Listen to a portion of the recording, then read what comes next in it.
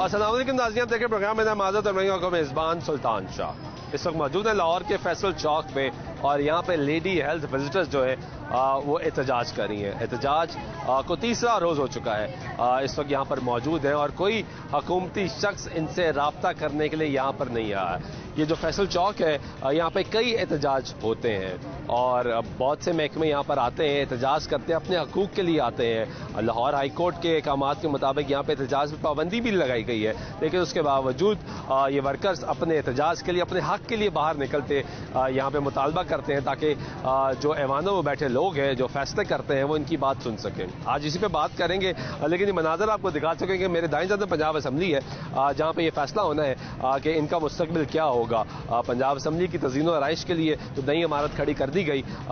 MPs के लिए जो अरकान असम्बली है उनके लिए नई इमारत बनाई गई। इसके सामने अगर आप वापस चले जाए तो आपको governor house, chief minister secretariat, CM house, ये सब इसी शाहरा पर मिलेगा क्योंकि ये लाहौर की माल रोड है और ये सबसे आम शाहरा है। हैवी मूवमेंट जो है वो इसी पर होती है, लेकिन वो हैवी मूवमेंट का फ़ायदा शायद नहीं हो रहा इन लोगों को क्योंकि ये पिछले कई रोज़ से अब यहाँ पर मौजूद है। इनका मुतालबा ये है कि जो हमारा ग्रेड है वो 14 किया जाए। कोई 35 साल से नौकरी कर रहा है तो कोई 40 साल से नौकरी कर रहा है। उनका मुतालबा ये है कि हमारी तनख्वाहें बढ़ाई जाएँ। हम कई प्रोग्राम्स किए, कई बातें की।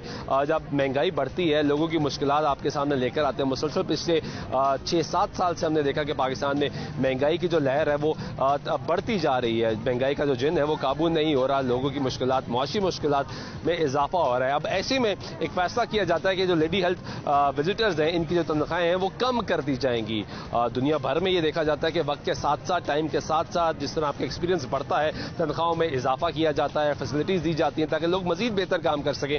लेकिन ये पहली मरतबा देखने में आया है कि जो तनख्वाहें हैं वो कम कर दी जाएंगी। इन यहाँ पर बहुत सी खवातीन ऐसी हैं जो एहतजाज में शरीक है जिनका ऑलरेडी जो स्केल है वो 12वां है या 14वां है, लेकिन सरकार ये कहती है कि इनको जो कायदे कानून के मुताबिक 9वें स्केल पे काम करना है। जो रिटायर होने वाला है वो अगर 12वें स्केल में काम कर रहा है तो वो वापस 9वें स्केल में जाके काम करे और फिर वो रिटायर हो। तो यहाँ पे जो खवातीन मौजूद है उनसे बात कर लेते हैं, पूछ लेते हैं क्या मुतालबा है आपका। हम लोग लेडी हेल्थ विजिटर्स पूरे पंजाब से आई हुई हैं। हमारा वज़ीर आला साहब से ये मुतालबा है कि 2006 में इन्होंने हमें 14 स्केल दिया था। उसी 2006 में तो परवेज इलाही साहब ही परवेज इलाही साहब थे और इन्होंने हमें 2006 में 14 स्केल दिया था, लेकिन उस पर इम्प्लीमेंट नहीं हो सका। इम्प्लीमेंट नहीं हुआ और वो हमें स्केल नहीं मिला। हम दोबारा, अब इनकी हुकूमत आई, हम दोबारा इसलिए आए हैं और बड़े पुरअज़म आए हैं कि वज़ीर आला साहब हमारे पुराने अपने वादे को पूरा करें और हमें हमारा बेसिक पे स्केल 14 दिया जाए। 2006 से 2022 तक इतने अरसे में आपको याद नहीं आया कि हमने अपना, हम लोग लड़ते रहे, हम आते रहे, लेकिन हमें स्केल हमारा अपग्रेडेशन नहीं हुई। हम लोगों ने पहली भी एहतजाज किए यहाँ पे। हम पहली दफा आए हैं और हमने एहतजाज नहीं किया। तो ये सवाल उठता है ना कि हम लोग आते रहे और 2022 आपने एहतजाज क्यों नहीं किया? हमने आते रहे लेकिन हमने धरना नहीं दिया था। हम लोग पैरामेडिक के साथ थे, लेकिन हम अपनी अब मजबूर हो इसलिए आए कि हम अपनी 22-23 साल सर्विस पूरी करके 1 by 1 12 और फिर 14-16 में पहुंची हमारी सीनियर्स LHVs। उनकी आपका स्केल क्या है? आपका इस वक्त क्या स्केल? मैं 14 में हूँ। 14 में जी। तो अब आपको वापस 9 में लेके जा रहे हैं? जब मैं रिटायर हो जाऊंगी मुझे 9 में करेंगे और अभी मेरी जो सीनियर्स हैं वो 9 में आ रही हैं और उनकी अपग्रेडेशन कर रहे हैं, उनकी तनख्वाहें काट रहे हैं और उनकी पेंशन में से रिटायर होंगी तो आप 9वीं स्केल के हिसाब से पेंशन मिलेगी। हाँ जी, पेंशन मिलेगी। आप 14वें स्केल पे कर रही हैं। जो पैसे ले चुके हैं उसकी रिकवरी होगी। 4 लाख ये हमारी रिकवरी होगी। ठीक है। हाँ, आप अभी कहाँ पे काम कर रही हैं? अभी हम अपने BHU पे वहाँ पे उकाड़ा में काम कर रहे हैं। उकाड़ा में काम कर रही है। और आपका स्केल क्या है? इस वक्त मैं 14 में हूँ। 14 में कितनी तनख्वाह मिलती है आपको? 14 में अब हमारे 50,000 है। 50,000 और 9 जो स्केल है उस पे कितनी तनख्वाह है? ये मेरा ख्याल 28,000 है। 28,000? हाँ, इतनी हमारे हम पीछे चले जाएंगे। आप देखें काम करने वालों को इज्जत मिलती है या ऐसी रिवर्शन मिलती है? कितने साल हो गए आपको इस प्रोफेशन में? मेरा ये 28वां साल है। 28वां साल है? हाँ जी। 28 साल बाद आपको कह रहे हैं आगे बढ़ने की बजाय वापस जाएं। अच्छा मुझे एक सेकंड जरा स्ट्रक्चर जो नहीं है आपका वो जो जैसा भी है जरा समझने दे ताकि लोग देख रहे हैं उनको भी समझ आए सही कि आपको ये 14वां स्केल किसने दिया। ये 2011 में इन्होंने अलाइड हाँ नहीं 2006 में तो परवेज अलाई ने दिया था, 2011 में 11 में मिला था। हाँ जी 2011 में एक स्ट्रेटजी बनी थी जिसमें तमाम जो है पैरामेडिकल स्टाफ उनको उनकी सर्विस के हिसाब से स्केल्स दिए गए थे, प्रमोशन दी गई थी 2011 में नवाज के दौरान। यस, और जो उस सर्विस स्ट्रक्चर में जो बात हुई थी उसमें स्केल रिवीजन की बात हुई थी। आफ्टर 10 ईयर आपका स्केल जो है वो अपग्रेड कर दिया जाएगा, जो कि हुआ ही नहीं। बाद में 2011 से 2021 में आपका स्केल बढ़ना चाहिए था। 10 साल पूरे हो गए, 2022 चल रहा है, हमारा स्केल अपग्रेड नहीं हुआ।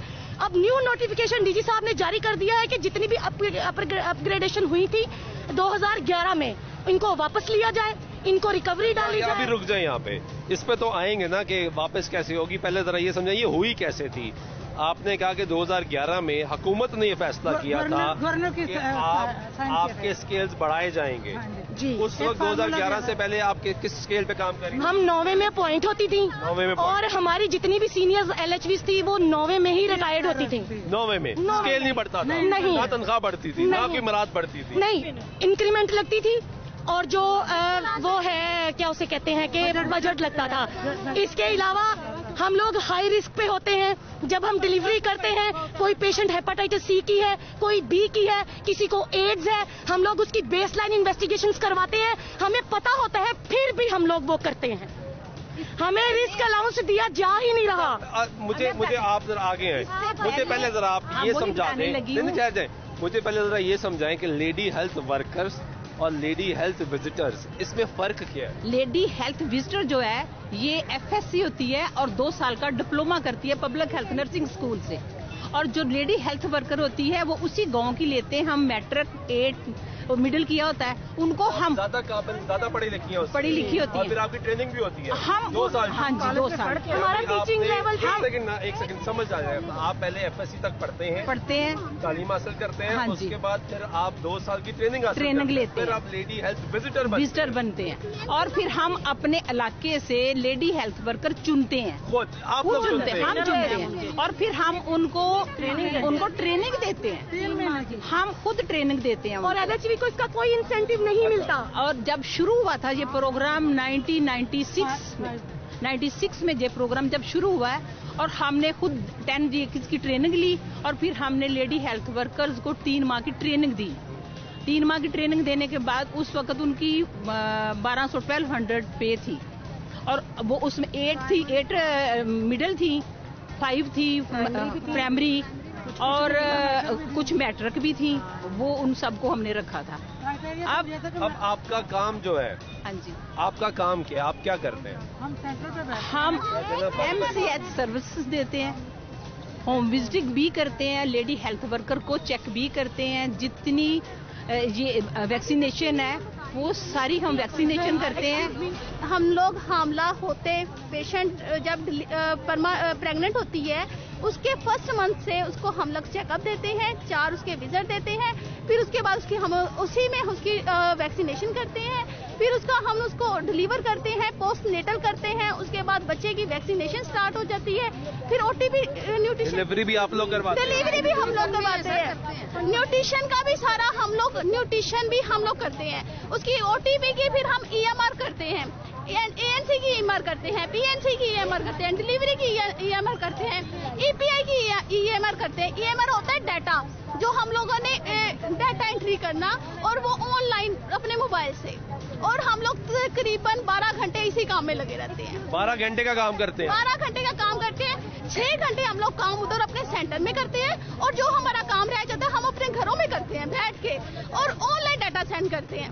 फिर उसके बाद हमारे पास बच्चे आते हैं, उनकी वैक्सीनेशन उसके फर्स्ट मंथ से लेके 5 साल तक हम उनकी वैक्सीनेशन। जो सरकार का थी, हमने वैक्सीनेटर्स रखे हुए हैं, वो जो BHUs में जाते हैं, वो BHUs वगैरह में नहीं होते, वो फील्ड में वो हम लोग फील्ड में करते हैं वो लोग, और हमारी जो RSC सेंटर पे होती है वैक्सीन वो हम लोग करते हैं।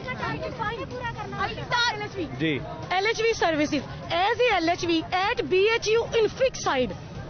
As a LHV, we provide MCH services, maternal and child health care from conception till delivery. हम एक हामला औरत को सर्विसेज देते हैं, उसकी डिलीवरी करते हैं, आफ्टर डिलीवरी उसके विजिट्स करते हैं, लेडी हेल्थ विजिटर उसके विजिट्स करते हैं, उसके पोस्ट पूरा ख्याल रखा जाता है, उसको फैमिली प्लानिंग की काउंसलिंग करते हैं, उसके बच्चे की EPI expanded program of immunization, उसकी वैक्सीन स्टार्ट करते हैं फिक्स साइड पे, कम्युनिटी में वैक्सीनेटर करता है। हम BHU पे फिक्स साइड पे LHV जो है उसको एट बर्थ हेपा B देती है, उसको जीरो पोलियो पिलाती है, उसका कार्ड इशू करती है, उसको एंटर कर देती है कि ये बच्चा, LHV ने कोरोना में भी ड्यूटी की है। लेकिन LHV की जो सर्विसेज है, LHV जो है WHO की तरफ से EPI की इंचार्ज है। तमाम जो ILR में वैक्सीन पड़ी होती है BHU पे, उसकी सारी रिस्पॉन्सिबल LHV होती है। कोई विजिटर आता है, उसका बैलेंस क्या है, वो उसकी डोजेस क्या है, जो भी वो इंटरव्यू हमसे करें, जो भी सवाल पूछें, LHV उसकी रिस्पॉन्सिबल होती है। ILR का टेम्परेचर डाउन हो रहा है, ILR का टेम्परेचर मेंटेन करना है, सारा कुछ ये आपकी जिम्मेदारी है। हमारे के बगैर BHU चलता ही नहीं है, नहीं चलता। डॉक्टर यास्मीन राशिद। अच्छा, मैंने ऐसे भी तो देखा कि डॉक्टर्स नहीं होते तो आप लोग चल रहे होते हैं। हमारा ये देखिए TAD हमारा 68 रुपीज है आज के दौर में, हमारा 68 रुपीज। ये इससे ज्यादा बड़ी ना इंसाफी क्या हो सकेगी। हमारा TAD सैलरी स्लिप दिखा सकती हूँ, उस पे 68 जो है वो हमारा TAD है। 40 सालों से TAD हमारा 68 है। 68 रुपीज। पेट्रोल की कीमत देख लें आप, पेट्रोल की कीमत देख लें आप, उसके मुकाबले में जाने के लिए 68 रुपए क्या चीज है, इस बात का ही हमें जवाब दिया जाते हैं कि 68 रुपीज पकड़े और जाएं, रोटी भी खाएं, खर्चा भी करें, पेट्रोल भी डलवाएं, ये सब कुछ 68 रुपीज ओनली।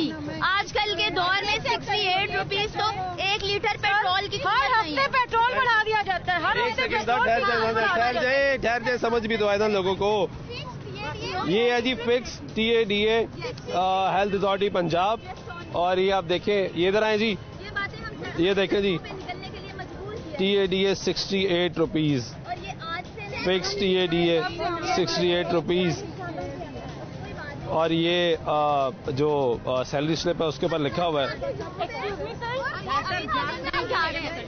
ये अभी से नहीं है, ये 1980 से है, और आज के दौर में 1 लीटर पेट्रोल की कीमत भी 68 नहीं है। इससे बड़ी नाइंसाफी और 234 रुपए क्या करेगी, इससे बड़ी नाइंसाफी और हमारे साथ क्या होगी। ये जो 68 रुपीज मिलते हैं, इतने ज्यादा सरकार आपको पैसे दे देती है, तो आप लोगों ने तो कोठियां बना ली होंगी, बहुत बना लिया, खरीद ली होंगी, सब कुछ खरीद लिया, तो थोड़ा टैक्स ही दे दे, हालात मुल्क के बेहतर हो जाए। जी जी बिल्कुल, नहीं वो तो कट ही रहा है ना। हम लोग टैक्स दे रहे हैं उसी 68 रुपीज में, हम फ्लड ड्यूटीज कर रहे हैं। आपको चाहिए मेरी बहन की हुकूमत पाकिस्तान और हुकूमत पंजाब को डोनेशंस दें। जी बिल्कुल दे रहे हैं, लोगों की जिंदगी बेहतर हो सके। इसी में हमें इनकम टैक्स लगा हुआ है, इसी में हमें इनकम टैक्स भी लगा हुआ है, लगा है। इसी 68 रुपीज में हमें 68 रुपीज में हमें इनकम टैक्स भी लगा दिया गया। TADA 68 रुपीज है जी, तो ये सबका TADA जो है वो 68 रुपीज है, और इनकी जो सैलरी है वो 27,710 रुपए है। और आपका स्केल क्या है? 9 स्केल है। आपका 9 स्केल? हाँ जी 9 स्केल। कितने अरसे से 9 है? ये 7 ईयर से हो गया।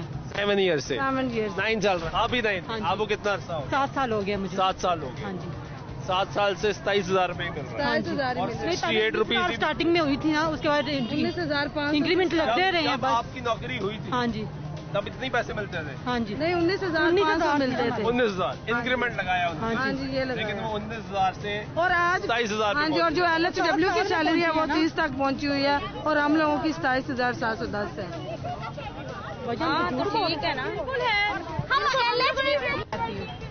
डॉक्टर यास्मीन राशिद के बकौल के हम उनके स्टूडेंट भी रहे हैं। आप स्टूडेंट हैं डॉक्टर यास्मीन हाँ राशिद? जी, और उनके बकौल का हम रीढ़ की हड्डी हैं BHU की, ठीक है, और हम टेक्निकल स्टाफ हैं, और अब अगर हम सेंटर में डिलीवरी करें तो हम ना टेक्निकल हैं, हम बहुत ट्रेनिंग याफ्ता हैं, और वहाँ से निकल के हम अगले घर में डिलीवरी कर दें तो हम जो है उस पे हम नहीं कर सकते, प्राइवेट क्लिनिक नहीं कर सकते। कानून के मुताबिक अगर चले तो आपको तो कोई इतराज नहीं होना चाहिए, लेकिन आपको फैसिलिटी भी तो दें ना, फैसिलिटी दें। वो कोई BHU मैं कहती हूँ कि एक LHV के बगैर चल ही नहीं सकता। ये जो हम आए हैं ना, हम अपने अफसरों से कहते हैं ना हमें दें, स्ट्राइक करने दें, और वो कहते हैं कोई सेंटर बंद ना हो। आज हमारी मीटिंग रख ली उन्होंने, और हमें सेंटर बंद ना हो, और मीटिंग अटेंड करके आए हैं, कितने लोग यहाँ पे मौजूद हैं? हमारे डिस्ट्रिक्ट में मीटिंग अटेंड करके आए। हम डिस्ट्रिक्ट में गए, मीटिंग अटेंड की उनकी, फिर वापस आ गए, फिर हम गाड़ी करवाई, वापस आ गए सारे। एक्सक्यूज मी, उस मीटिंग में क्या था? ठहर जाना बहन, उस मीटिंग में क्या था? उस मीटिंग में उन्होंने हमारा वक्त जाया करना था कि यहाँ से वापस जाए। आपकी ड्यूटी कहाँ है? मेरी ननकाना साहब MCS आप सेंटर यहाँ से वापस ननकाना आए, वापस आए। ये जो मुख्तलिफ अजला से लोग आए वापस आए, जरा एहतजाज रुक जाएगा। हाँ जी, शायद आपको भी एहसास होगा 68 रुपीज तो TA मिलता है, पेट्रोल बड़ा महंगा खर्चा करके जाना है। हाँ जी, इस वजह से सुने, हर डिस्ट्रिक्ट में तकरीबन 100, 150, 200 BHU हैं। गांव के एरिया जितना भी है, रूरल एरिया है, वहाँ पे BHU है। और मॉर्निंग पे 2 बजे तक डॉक्टर अगर अवेल है तो उसने बैठना है, एक डिस्पेंसर है। बाकी इवनिंग और नाइट शिफ्ट पे एक LHV और एक सिक्योरिटी गार्ड है। आया किसी पे है, किसी पे नहीं है, लेकिन अगर आया भी समझे के पास है, एक LHV, एक आया और एक चौकीदार, 3 बंदे एक सेंटर को रन कर रहे होते हैं। इलेक्ट्रॉनिक मीडिया पे ये सारी रिकॉर्डिंग, ये सारा कुछ हम लोग, इसका ये सारा OTP, ये हमने हर पेशेंट जो बच्चा आएगा उसका हमने स्क्रीनिंग फॉर्म करना है। उसके बाद उसको हमने फिर उसको अगर वो सैम आ गया या कोई भी आ गया, यानी कि सैम मतलब सीवियर में वो। अच्छा, ये यानी ये आप वो लोग हैं जो ये बताते हैं कि इस मुल्क में अगर कोई बीमारी फैल रही है तो उसका डाटा यहाँ से मिलता है, आप लोग बताते हैं। और उसके बाद ये देखें, ये लेक्स भी आप ये दिखाएं भी, इस पे हमने इनको करना है, फिर इसके बाद हमने ANC इसी पे करना है, फिर इसी पे डिलीवरी करनी है, यहाँ से साइन करके। अभी ये आप प्रोसीजर देखें ना तो आप कम थक जाएंगे कि ये प्रोसीजर कैसा है। अगर हमने 15 काम कंप्यूटर ऑपरेटर का जो हम लोग कर रहे हैं, कोई कंप्यूटर ऑपरेटर, हम हाई रिस्क पर हैं। हेपेटाइटिस B, C, एड्स का हमारी आधी LHV शिकार हो गई हुई है, हमें रिस्क अलाउंस ही नहीं दिया जा रहा। 50 पेशेंट। ब्रेक ले लूं, ब्रेक के बाद वापस आते तो नाज़रीन मजीद गुफ्तगू करते हैं। इस वक्त मौजूद है फैसल चौक पे, यहाँ पर लेडी हेल्थ विजिटर्स जो है वो एहतजाज कर रही हैं। वक्त है ब्रेक का, ब्रेक में वापस आते हमारी गुफ्तगू जारी रहेगी, हमारे साथ रहिएगा।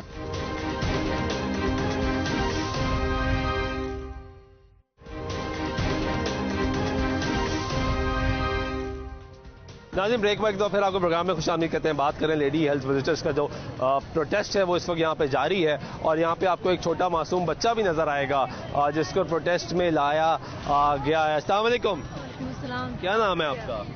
सरजरीना कौसर। किधर से आई हैं? फैसलाबाद से। फैसलाबाद से। जी सर। तो ये बच्चे को आप साथ में? ये मेरा नहीं है, उनका है, मैंने तो वैसे पकड़ा है। किनका बच्चा है ये? वो खड़ी है। ये आपका बच्चा है जी? ये उनका है। वो बच्चा किसका है? वो भाई इनकी माँ उधर बैठी है, हम लोग तो खिलाने लेके आए। इनकी माँ किधर है? वो उधर बैठी है इनकी माँ ना। बताएं जरा इनकी माँ को, बुला के उनसे पूछें। तो आप क्यों एहतजाज करने आए हैं?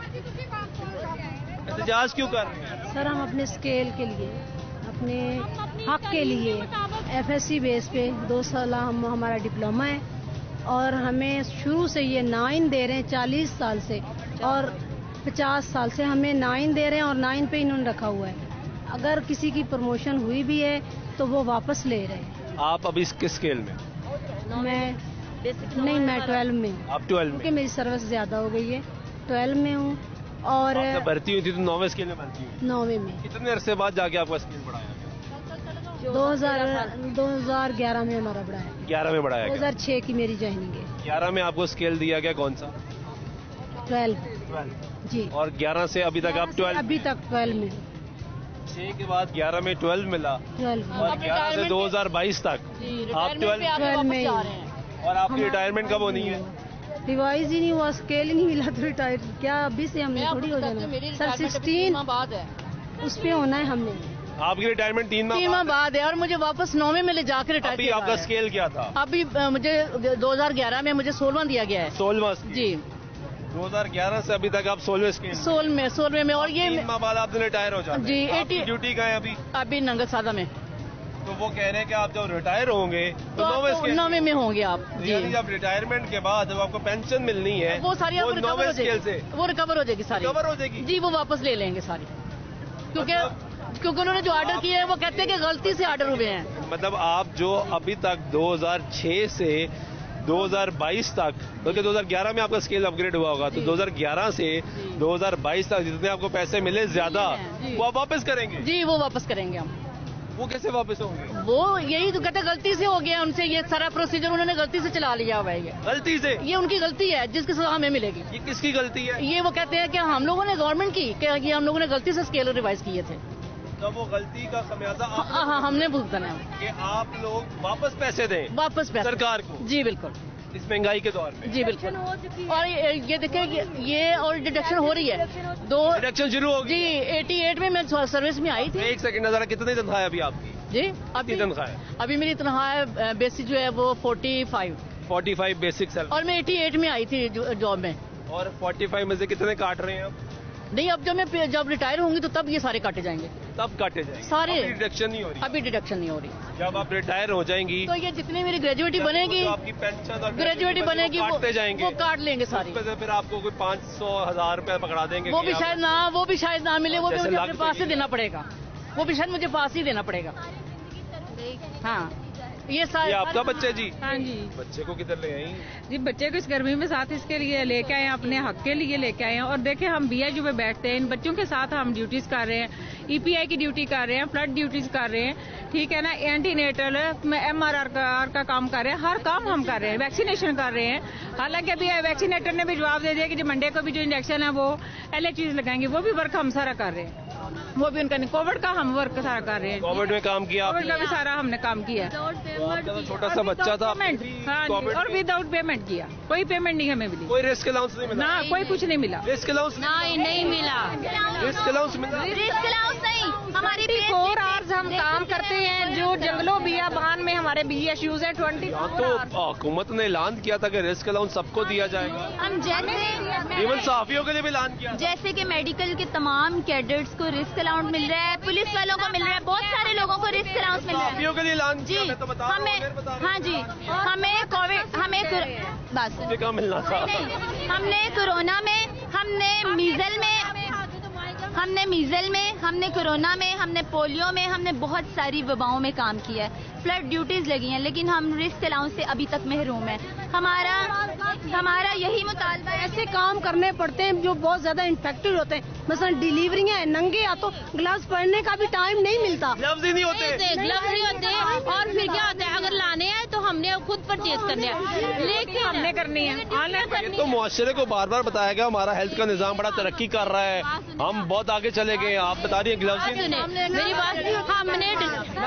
बात सुने, हमने डिलीवरी करनी है, हमें जो टारगेट मिलता है डिलीवरीज का, ANC का, हम टारगेट पूरा करते हैं। कहाँ से करते हैं ये हम जानते हैं, लेकिन हमारी अपनी हुकूमत पंजाब से ये रिक्वेस्ट है कि अगर टारगेट वाली साइंस क्या है, ये समझा होती है कि हमें टारगेट मिलता है कि आपने इस माह 35 डिलीवरीज करनी है। हमने सुने कैसे करनी है, अगर हो ही नहीं, बच्चे पैदा ही नहीं हो रहे। सुने, हम विजिट करती हैं, ठीक है, डोर टू डोर जाती हैं, हम जाते हैं, और हमें उसका TADA कितना मिलता है? 68 रुपीज। तो बहुत ज्यादा है, वो हमारी कमेटी है, ठीक है, उसके लिए हम अपने वो तो देखे ना, मैं पहले भी बात करता था, मुझे पता लगा आप लोगों को हुकूमत पंजाब को डोनेशन देनी चाहिए। देती है मुल्क का खजाना ही बढ़। देखिए, हमने अपना टारगेट पूरा करना है क्योंकि हमें ऑर्डर मिलता है। अब ये कि जितना हम अपने करते हैं, टारगेट पूरा करते हैं, हमारी हुकूमत को चाहिए कि ये जो हमारी बहनें हैं, हम इनके भी अच्छे तरीके से इनके हकूक पूरे करें। हम उनके करते हैं, उनके सारे टारगेट पूरे करते हैं, तो उनको भी चाहिए कि हमारे सारे लॉन्चेज हैं और हमारा 14 अभी तक इस महकमे ने, हेल्थ डिपार्टमेंट ने आपसे रब्ता किया? नए वजीर भी आ गया आपके, मोहम्मद अख्तर साहब नए वजीर आया आपके प्राइमरी सेकेंडरी हेल्थ में। ज्यादा था, हम देखिए हम फीमेल्स हैं और हमें ज्यादा अपनी मैडम डॉक्टर यास्मीन राशिद से है, और हम उनके साथ। तो अब आपकी वजीर ही नहीं वजीर इक्तदार में तो है ना, इक्तदार में तो है, वो हमारे पास तो आ सकती थी ना। हम उनकी स्टूडेंट है, ठीक है, मैं भी उनकी स्टूडेंट हूँ डॉक्टर यास्मीन राशिद से, लेकिन वो हमारे पास तो आ सकती थी ना। यास्मीन राशिद साहब तो बड़ा कहती हैं कि मेरा बड़ा दर्द रखती हूँ मैं। पास कोई नहीं आया, कोई नहीं आया, नहीं आया हमारे पास। सैनिटरी वर्कर को भी रिस्क अलाउंस मिलता है, सैनिटरी वर्कर को भी, लेकिन हमें कोई रिस्क अलाउंस नहीं मिलता। नर्सिस को भी रिस्क अलाउंस मिलता है, डॉक्टर्स को वापस ले रहे हैं आपको रिस्क अलाउंस कहाँ से स्केल हुए थे 24/11/2011 में, ठीक है।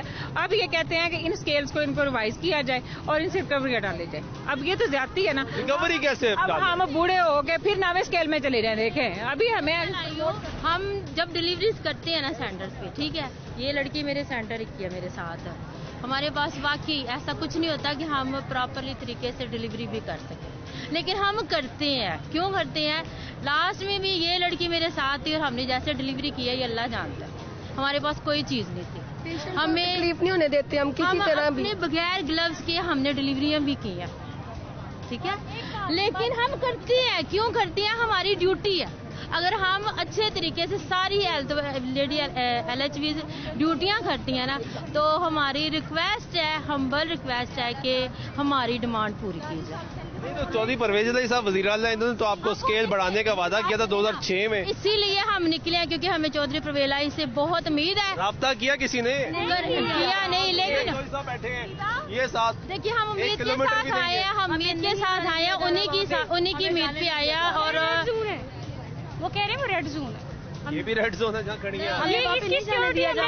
के लिए आए हैं और वो हमारे हम यहाँ तक दी जाएगी, अदरवाइज हमें सिक्योरिटी नहीं देगी। आप अपने पे आप वहाँ जा सकते हैं। दैट्स मीन कि हमें थ्रेट किया जा रहा है कि आप इस चीज को क्रॉस नहीं कर सकते। आपको किसने कहा? हमें नहीं जाने दिया जा रहा। हम लोगों ने यहाँ से निकल रहे हैं, हमें वापस भेज दिया जाता है। हम वहाँ पे जा रहे हैं, हमें वापस भेज देते। क्यों थ्रेट करें? अगर आप लोग बाहर जाती हैं, आप लोग अपनी रिस्पॉन्सिबल खुद हैं।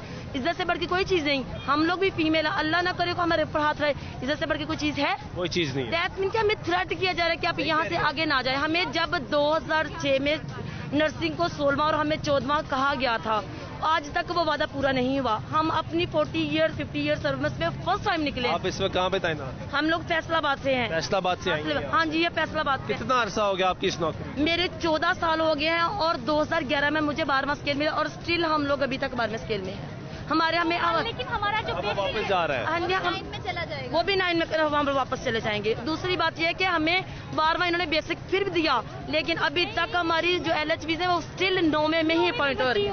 आप किस स्केल में है? मैं 12वीं में हूँ, लेकिन हमारी जो न्यू अपॉइंटमेंट है वो सारी 9 में की आती है। और आप अभी कहाँ पे काम कर रही है? फैसलाबाद। अभी फैसलाबाद। आप शेखुपुरा। बहावल नगर से आई हैं? बहावल नगर से आए हैं। सर मैं डिस्ट्रिक्ट कुकाड़ा, इंडिया के बॉर्डर के पास एक जगह मरोट RSC में, वहाँ से आई हूँ। किधर से आई हैं? मरोट, RSC मरोट। ये कहाँ पे है? ये बहावल नगर से तकरीबन 5 घंटे आगे, इंडिया के बॉर्डर के साथ, ठीक है। और RSC कौन सा लगता है? बहावल नगर लगता है। बहावल नगर ही लगता है। अच्छा, वहाँ से आप यहाँ आई हैं? RSC में इतनी स्ट्रेंथ है पेशेंट की। कितना डिस्टेंस है? मरोट से बच्चे छोड़ के आई हूँ, ठीक है। और RSC लेवल पे इतना काम कर रहे हैं। एक रात में 5-6 डिलीवरी भी होती हैं और एक फीमेल ड्यूटी पे होती है, एक संभाल रही होती है। कोई आया नहीं, कोई हेल्पर नहीं, ठीक है। और आप इनसे ये पूछें, गवर्नमेंट की पॉलिसी है कि ब्रेस्ट फीडिंग पे इतना ये हमसे काम करवाते हैं। हमसे, हम माँ को अपनी निगरानी में, हमारे EMR ऐप में उन्होंने लिखा हुआ है कि आपने क्या ऑब्जर्व किया कि माँ ने बच्चे को दूध कैसे पिलाया। हम अपनी ऑब्जर्वेशन में उसको सिखा के भेजते हैं, ठीक है। हम उनको एडवाइस करते हैं, लेकिन 12 घंटे जो माँ पूरा डॉक्टर का काम कर रही है। जो आगे सुने, जो 12 घंटे माँ अपना बच्चा 6 माह का छोड़ाती है कि वो अपने बच्चे को फीड कराती है। हम में से, इन सब में से पूछे किसने अपने बच्चे को 2 साल दूध पिलाया? हमारे बच्चों ने हमारा दूध तक नहीं पिया। इतनी टफ ड्यूटीज हम दे रहे हैं, ये उसके बदले में हम सारे कैडेट्स को तरक्की दे के एक LHV को क्यों नहीं दे रहे? देखें, हर कैडेट को तरक्की दी। जो कैडेट सबसे ज्यादा संभाल रहे हैं इनके हॉस्पिटल को, बड़े हॉस्पिटल में एक ड्यूटी है सबकी, छोटे हॉस्पिटल में हमें हर तरह का प्रोग्राम करना पड़ता है। फिर हमारी तरक्की को क्यों रोका जा रहा है? जिन माओ ने अपने बच्चों को 2 साल दूध नहीं पिलाया, मैं अपना 6 माह का बच्चा छोड़ के नाइट ड्यूटी सर्दियों के दिनों में बच्चा उठा के जाती थी, बच्चे को नेबुलाइज करके बाप को दे के कंबल में लेट के घर भेज देती थी। और 12 घंटे में हॉस्पिटल में। मुझे नहीं पता घर में मेरे बच्चे की क्या कंडीशन है, ठीक है। मेरे 5 बच्चे हैं, एक बच्चे ने भी 2 साल दूध नहीं पिया। और ये गवर्नमेंट शर्म चाहिए, हमसे ब्रेस्ट फीडिंग की ट्रेनिंग करवाते हैं, हर माँ को हम पकड़ना सिखाते हैं, पिलाना सिखाते हैं, अपनी ऑब्जर्वेशन में एडवाइस करके भेजते हैं। क्या हम दूसरों के बच्चे महफूज रहे? हाँ जी, ये काम करते हैं, ये करते हैं। और हमारे बच्चों का आज मेरी जॉब को 19 साल हो गए, ठीक है। इससे पहले 10 साल मैं कॉन्ट्रैक्ट पे रही। 2009 में मुझे इन्होंने परमानेंट किया, मतलब कि 40 से प्लस 40 हो के मैं जो हूँ अभी तक मेरी सिर्फ 19 साल सर्विस की नहीं जा रही है। इस दौरान टाइम स्केल मुझे 14वां मिला है, इनकी किसी मेहरबानी से नहीं, टाइम स्केल 14वां देके अब ये वापस ले रहे हैं, ठीक है। मेरे 2 बच्चियां FSC में है, एक बच्ची 10th में है, मेरे मियाँ भी वो जो है पैरामेडिक्स में है। दोनों की पे से हमारे बच्चों के अखराजात पूरे नहीं होते। क्या इनके बच्चे महंगाई के दौर में कैसे होंगे? फिर ये हमसे इससे भी ज्यादा वापस ले रहे हैं। मैं बड़ी मुश्किल से अपने बच्चों की फीस दे पाती हूँ अपने ये 14वें स्केल की पे में। जब ये मुझे 9वें में लाएंगे, मैं अपने बच्चों को कॉलेज से उठा दूंगी। ये वज़रा भी उठाए अपने बच्चे पढ़ाई से, इनके बच्चे क्यों पढ़ते हैं? अगर हमारे बच्चों के लिए हमारे पास आईने पाकिस्तान में आपके बच्चे और उनके बच्चे बराबर हैं, एक ही हक है, एक ही है, बराबर नहीं है। आइन के में तो बराबर है ना? बराबर है, लेकिन हमने दूसरों के बच्चे की हिफाजत की अपने बच्चों को छोड़ के। फर्क आ गया, हमारे बच्चे रुल गए, बाकियों के बच्चों की हिफाजत की, जिसका हमें ये सिला दिया जा रहा है। ठीक है जी, आप ही फैसला करें। ब्रेक लेते हैं, ब्रेक बाद वापस आते हैं, हमारी गुफ्तगू जारी रहेगी, हमारे साथ रहिए।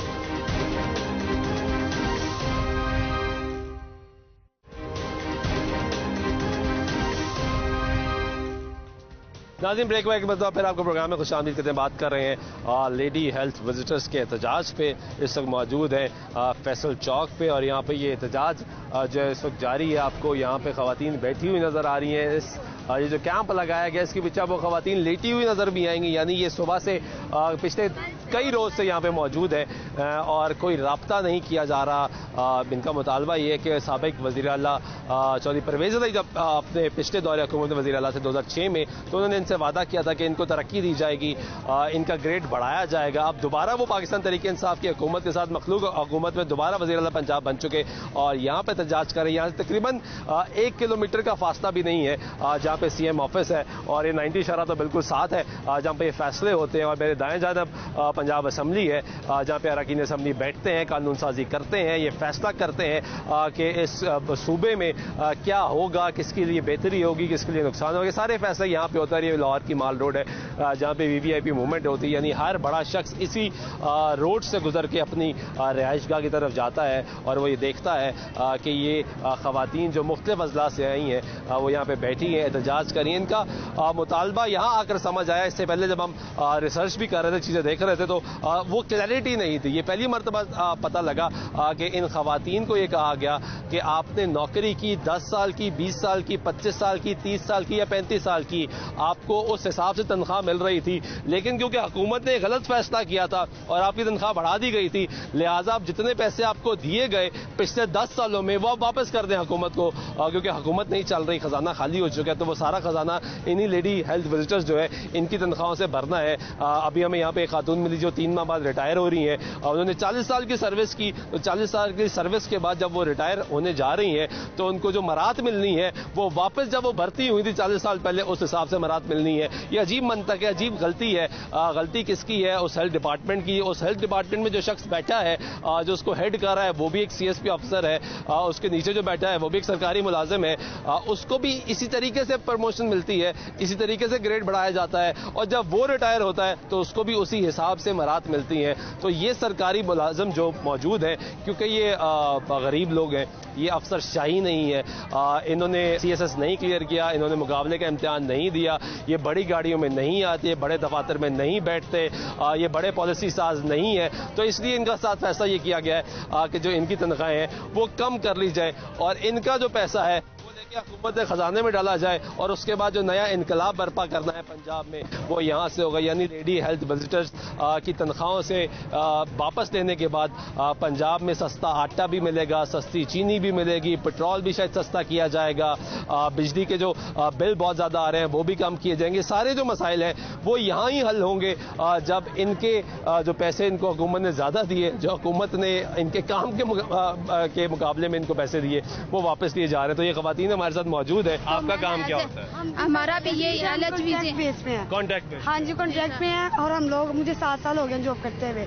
अब ये कह रहे हैं, ये प्रोग्राम 12 साल से है, 7 साल हो गए मुझे।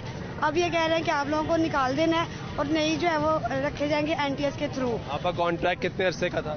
हमारा कॉन्ट्रैक्ट ये 1 ईयर का देते हैं और हर साल हमें रिन्यू करवाना पड़ता है। हर साल? अब कितने साल हो गए? मुझे 7 साल हो गया और हमारी साल में सिर्फ 2 दफा सैलरी आती है 6 माह के बाद, उसके अलावा कुछ नहीं। और अब हम ये निकालने क्या कि आपको निकाल दिया जाएगा। निकाल दिया जाए? हाँ जी, आपके थ्रू आपकी जगह पे नई भर्तियाँ की जाएंगी। ये लोग 12-12 साल से ड्यूटीज कर रही है, इनको 14-14 साल हो गए, ये कॉन्ट्रैक्ट बेस पे ड्यूटी कर रही है। ये भी LHV है, ये हमारी बहनें हैं, इन्होंने बेयाबान जंगलों वीरानों में हॉस्पिटल से बात की है, इवनिंग नाइट ड्यूटीज की हैं। अब इनको धमकियां लगा रहे हैं कि आप लोगों को जो है जॉब से निकाल दिया जाएगा और इनको परमानेंट नहीं किया गया। 14-14 साल से कॉन्ट्रैक्ट बेस में इनकी कोई परमानेंट नौकरी नहीं है, इनकी एज भी ज्यादा हो गई, अपनी एज भी। आपको भी परमानेंट करने का वादा किया गया था?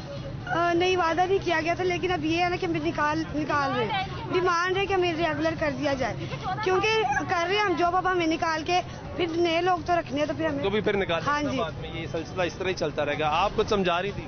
हाँ जी, 11 साल पहले 2011 में तकरीबन हमसे परवेज लाई साहब ने वादा किया था कि अगर 2006 में कि अगर स्टाफ नर्सेस को 16वां स्केल दिया है तो जो लेडी हेल्थ विजिटर्स है इनका भी 14वां स्केल होना चाहिए। लेकिन आज तक वो हमारा जो मुतालबा पूरा नहीं किया गया। तो अभी आपका और अभी हमारा इस टाइम 12वां स्केल है और वो भी मुझे बेसिक 9 है। वो बड़ी कहते हैं 15 साल सर्विस के बाद मुझे जाके 12वां स्केल मिला है। वो भी रिवर्स कर रहे हैं और उसकी सारी रिकवरियाँ कैसे था? वो बस परवेज लाई से 2011 में गलती जो उन्होंने कर दी, वो गलती को अब सुधार रहे हैं। तो मुस्लिम नवाज की हुकूमत? हाँ जी, उन्होंने शहबाज शरीफ साहब ने ये फैसला किया जी कि इनका स्केल बढ़ा दिया जाए। अब वो गलती कर रही है, अब वो सुधार रहे हैं, सबकी जो है ना रिकवरियाँ कर रहे हैं। और परवेज लाई ने किया 2006 में दिया वापस परवेज लाई ले रहे हैं। नहीं, ये 2000 नहीं, उनके आने से पहले के जून में मुज़्फ़र साहब ले रहे थे। जी मुज़्फ़र साहब नहीं 6 कब फैसला हुआ कि आपका स्केल वापस जाएगा? ये लेटर कब निकला? 6/2022। हाँ जी, यही ना? हाँ जी, लेटर निकाला है। ये DG हेल्थ साहब की तरफ से लेटर है कि उनका है ये स्केल वापस दिया जाए, क्योंकि ये तो हुकूमत से गलती हो गई थी और हम लोगों से गलती हो गई थी, इस वजह से आपको स्केल दे दिए थे, अब वो हम वापस करेंगे। तो आप लोगों का किसी महकमे के अफसर से राब्ता हुआ? अभी तक तो कोई किसी से भी नहीं, अभी तक कोई राब्ते में नहीं अभी तक। अभी तो हमारे लेटर निकल रहे हैं, हम लोग के धरने में हमारे ये ना अपना एहतजाज जो है ना रिकॉर्ड करवाया था, तो वहाँ के CO साहब अपने गाड़ी में डिस्ट्रिक्ट हेल्थ ऑफिसर्स हैं, COs हैं, उनसे भी बात नहीं? नहीं सर, हम लोग गए हैं उनके ऑफिस के सामने, तो सर 15 अगस्त को, लेकिन वो अपनी गाड़ी में बैठे और हमारे BHU पे उन्होंने विजिट किया है। सेक्रेटरी हेल्थ के प्रेशर की वजह से उन्होंने हमारे एब्सेंट लगाई है और हमें शोकॉज लेटर एक्सप्लेन दे दिया है। सर अभी जी ऐसा है कि पूरे पंजाब से जितनी भी LHVs आई हैं 36 अजला की, उन सब के शो कॉज लेटर निकाल के हमें शेयर किए जा रहे हैं बार बार कि आप लोग, हमें थ्रेट किया जा रहा है कि आप लोग वापस आएं, आप लोग वापस आएं और आके अपनी ड्यूटी ज्वाइन करें। आप लोगों का कुछ नहीं बनना, वहाँ पे कुछ नहीं होगा। आप लोगों को जो जिस तरह हम चाहेंगे, हाँ जी, बिल्कुल प्रेशराइज किया जा रहा है। और सर ये हमारा रिकॉर्ड है कि आज तक दूसरे कैडेट्स आते रहे हैं, डिफरेंट लोग भी जो जॉब के लिए, हमारा रिकॉर्ड है कि LHVs कभी भी सड़कों पर नहीं आई। ये पहली मर्तबा है। ये हमारा रिकॉर्ड है। हम 40 साल बाद हम सड़कों पे निकले हैं और ये आज में बड़े हो रहे हैं। सर ये आज ऐसा नहीं है कि एकदम हम सड़कों पे आ गए। हमने पहले अपने जो CO साहिबान थे उनको इन्फॉर्म किया है, हमने 3 से 4 दिन रिपोर्टिंग बंद की है ऑनलाइन, लेकिन किसी को प्रोटेस्ट किया या नहीं? हाँ जी, प्रोटेस्ट करके बताया कि देखिए हमारा दुख है, हमारा मसला हल करें। हम अपने सेंटर्स पे मौजूद रहे हैं, हमने पेशेंट भी देखे हैं, सिर्फ हमने ऑनलाइन रिपोर्टिंग बंद की है कि प्लीज हमारे मुतालबात पूरे कर दिए जाएं। हम औरतें हैं, हम सड़कों पे नहीं आना चाहती। हम इज्जतदार घरानों की बच्चियां हैं, हम इज्जतदार घरानों की माएँ हैं। हमें अच्छा नहीं लगता कि हम आए और अपनी आवाम को परेशान करें, लेकिन 3 दिन से 4 दिन रिपोर्टिंग के बावजूद भी हमारे कोई कुछ नहीं सुना। शो कॉज, हमें धमकियां हमारे सीओ साहब बार बार बुलाकर दे रहे हैं, लेकिन इसके बावजूद भी हमें कोई हमारी सुनवाई नहीं हुई। आखिरकार हम लोग यहाँ पे आ गए हैं और इसके बाद हमें बार बार पीछे तो से अब क्या जब तक मुतालबे पूरे नहीं होंगे वापस नहीं जाएंगे? अब हम आए हैं 40 साल बाद निकले हैं, तो इंशाल्लाह अपने मकसद में कामयाब होकर वापस जाएंगे, वरना इंशाल्लाह यहाँ से कोई वापस नहीं जाएगा।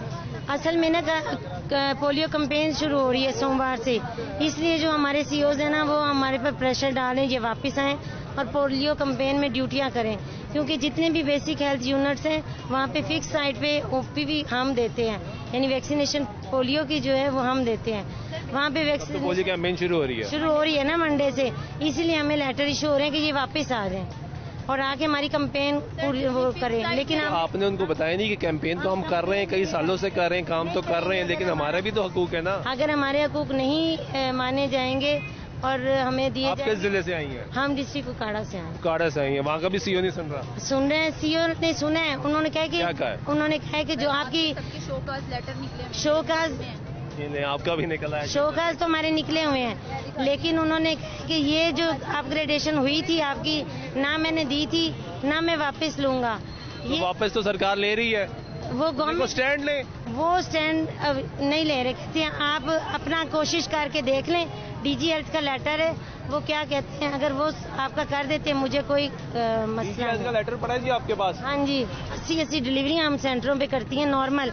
आपको पता है कि डॉक्टर एक ही मौका है, हम कुछ नहीं कहते, कम से कम हमारी रिकवरियां तो हम पे ना डालें, कम से कम हम लोगों को रिस्क अलाउंस तो दे दें, रिस्क अलाउंस दें। हम कोविड में हम लोग हैंडल हेपेटाइटिस सी और जो एड्स के हर तरह के पेशेंट्स को हम लोग हैंडल करते हैं, हमें रिस्क अलाउंस है, क्यों हम लोग कुछ भी नहीं, हम लोग ऐसे ही हैं, हम लोग का रिस्क अलाउंस दिया, हमारी रिकवरियां बंद की जाएं, हमारी सुनवाई हो। हमारा सिर्फ आपसे यही रिक्वेस्ट है कि अगर आपके 9वें स्केल में और 9वें में ही जा रहे हैं, आप जो अपग्रेडेशन हुई है फिर हमें 16वें से 9वें में। एक और इम्पोर्टेंट बात यह है कि हमारा कोई प्रमोशन चैनल नहीं है। मैं FSC प्री मेडिकल के बाद LHV मैंने किया और मेरी ख्वाहिश थी कि मैं आगे पढूं, लेकिन हमारी फील्ड में हमारा कोई प्रमोशन चैनल ही नहीं है कि मैं आगे पढ़ सकती। मैं एक LHV बढ़ती हुई हूँ और मैंने एक LHV ही रिटायर हो जाना है। मैंने 9वें में आई थी और मैंने 9वें में ही चले जाना है, ये हमारे साथ जुल्म है। प्री मेडिकल किया है? यस, मैं FSC प्री मेडिकल के बाद आई हूँ, इसके बाद मैं ग्रेजुएट। मुश्किल है प्री मेडिकल? जी मैं आज भी मुश्किल है जी, मैं ग्रेजुएट भी हूँ, लेकिन कोई इसके अलावा प्रमोशन चैनल नहीं है, हमारी हायर स्टडीज नहीं है, ये जुल्म है हमारे साथ। खुदारा हमारी हायर स्टडी, हमारा प्रमोशन चैनल तो बनाया जाए, कोई हम प्रमोट। ठीक है, बहुत शुक्रिया जी आप लोगों का। नाज़रीन, ये गुफ्तगू आपने सुनी, यहाँ पे ये एहतजाज जो है वो यहाँ पे जारी है। लेडी हेल्थ विजिटर्स जो है वो यहाँ पे एहतजाज कर रहे हैं और इनके मुतालबात हैं कि हमें हमारे काम के मुकाबले में जायज़ जो मराहत हैं वो दी जाए, रिस्क अलाउंस है वो दिया जाए। लेकिन हुकूमत जहाँ पे दुनिया भर में निज़ाम चलता है कि जब आप एक तवील अरसा काम कर लेते हैं उसके बाद आपकी तनख्वाहें बढ़ाई जाती हैं, आपकी मराहत बढ़ाई जाती है, एक पूरा सिस्टम मैकेनिज्म है जो ऐसे काम करता है। लेकिन यहाँ पे गंगा जो है वो उल्टी बहना शुरू होगी कि इनकी तनख्वाहें बढ़ना शुरू हुई, इनके ग्रेड्स बढ़ना शुरू हुए, जिसका फैसला सरकार ने ही किया था और सरकार ने ही ग्रेड दिया और सरकार ही सरकारी खजाने से इनको तनख्वाहें दे रही है। तो सरकार ही कहती है कि जो ये सब हमने किया ये हमने गलत किया, तो इसको भुगतना आपने है, सरकार ने नहीं है। तो ये तमाम लोग जो पिछले 30 साल से 40 साल से 25 साल से काम कर रहे हैं वो अब ये कह रहे हैं कि गलती सरकार ने की, भुगतें हम कहाँ से पैसे वापस करें। और वापस जब ये रिटायरमेंट होने का वक्त किसी का करीब आ रहा है तो इनको उस ग्रेड में रिटायर किया जा रहा है जब ये भर्ती किए गए थे, यानी 30 साल की सर्विस को ख़त्म कर दिया जाता है, साइड पर रख दिया जाता है और पहले दिन की सर्विस को काउंट करके आपको रिटायरमेंट का बराबर करके आपको रिटायर कर दिया जाता है। ये कैसा निज़ाम है, ये कैसा मैकेनिज्म है? गलती सरकार करे, अगर सरकार ने गलती की तो खमियाजा भी सरकार को भुगतना चाहिए। ये वो सरकारी मुलाजिमीन है जो बेचारे अपनी जान को ख़तरे में डाल के लोगों की मदद कर रहे होते हैं, इंसानी ज़िंदगी को महफूज कर रहे होते हैं, लेकिन इनकी ज़िंदगी को महफूज करने के लिए ना तो कोई इनसे रब्ता कर रहा है, ना कोई शख्स यहाँ पे आ रहा है और ना ही ये कोशिश कर रहा है कि ये पिछले कई रोज़ से अब यहाँ पे एहतजाज कर रही हैं, यहाँ पे आके बात की जाए। ख़वातीन है, माएँ बहनें यहाँ पे बड़ी उम्र की भी, छोटी उम्र की भी यहाँ पे मौजूद है। अपने बच्चों को लेकर आई हुई है, सड़कों पर बैठी हैं। लाहौर शहर में पिछले 2 रोज से गर्मी की शिद्दत में एक मरतबा फिर इजाफा हो गया, गर्मी बढ़ रही है दोबारा, और ये लोग लाहौर की माल रोड पे यहाँ पे बैठ के अपने हकूक़ का मुतालबा कर रही हैं और ये तलाश कर रही हैं कि शायद कोई ऐसा रहनुमा आए जो अपनी सियासी लड़ाई से बाहर निकल के इनके हक की बात करे। ना तो अपोजिशन से कोई आ रहा है पंजाब में, ना हुकूमत से कोई आ रहा है, तमाम लोग सियासी लड़ाई लड़ रहे हैं, लेकिन ये लोग इस वक्त मुंतजर हैं कि इनके हकूक़ की बात की। जहाँ से प्रोग्राम में हमारे सुल्तान शाह के साथ दीजिएगा, अल्लाह ने के बाद।